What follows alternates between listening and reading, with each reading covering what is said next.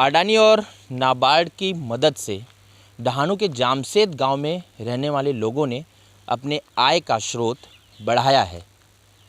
यहाँ पर सिर्फ़ और सिर्फ एक साल में चावल की खेती होती थी, जिसे बढ़ाकर अब यहाँ पर आम, चीकू और फूल की भी खेती शुरू कर दी गई है। जहाँ हम खड़े हैं यहाँ चीकू की खेती देखी जा सकती है। किस तरीके से चीकू का फल यहाँ पर इस चीकू के झाड़ में आया हुआ है। चीकू के झाड़ के अलावा आम की खेती भी यहाँ पर हुई है। आम के झाड़ लगाए गए हैं। इसके अलावा फूल भी उगाए गए हैं, जो एक आय का मुख्य स्रोत माना जा रहा है। और अडानी और बायफ ने हम लोगों को ये खूब सारा दिया है और मोगरा दिया है। 30 आम का पेड़ दिया है, 300 मोगरा का दिया है और 20 पेरू का दिया है और 150 जामू का दिया है। और सब पेड़ को उत्पन्न तो नहीं है, लेकिन छोटा पेड़ है तो बाद में बढ़ेगा। और अभी आम का शुरुआत हुआ है और मोगरा का शुरुआत है, उसका पैसा आता है।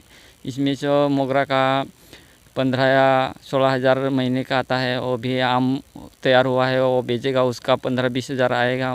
मतलब हमारा पैसा साल में लाख तो 1.5 लाख होता है।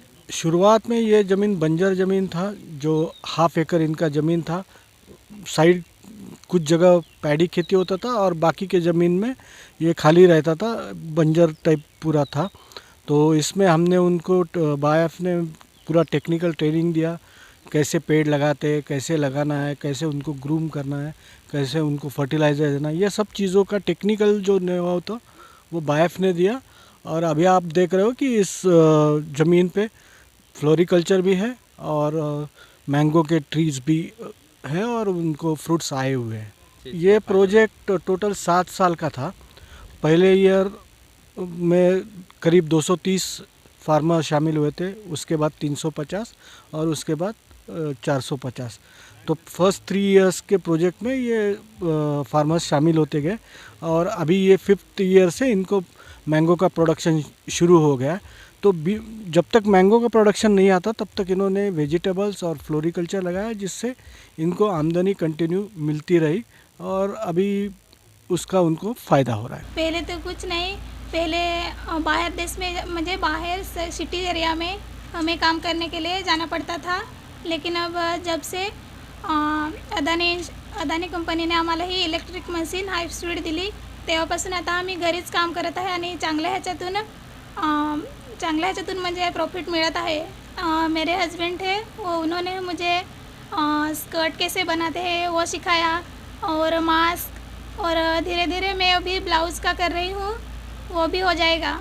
इस पूरे गांव में अगर बात की जाए तो यहाँ के लोगों को ज़मीन किस तरीके से उपजाऊ है, यहाँ पर क्या पैदा किया जा सकता है, इसकी भी जानकारी यहाँ के लोगों को अडानी संस्था की तरफ से दी जाती थी। जिसके बाद इन लोगों ने यहाँ पर इस पूरे इलाके में फूल, आम और चीकू लगाए हुए हैं, जिससे इनके आय का स्रोत यहाँ पर बढ़ गया है।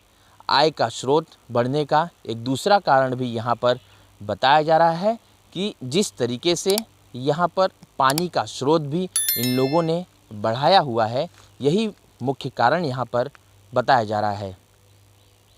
Ashish Singh, APN news, Mumbai.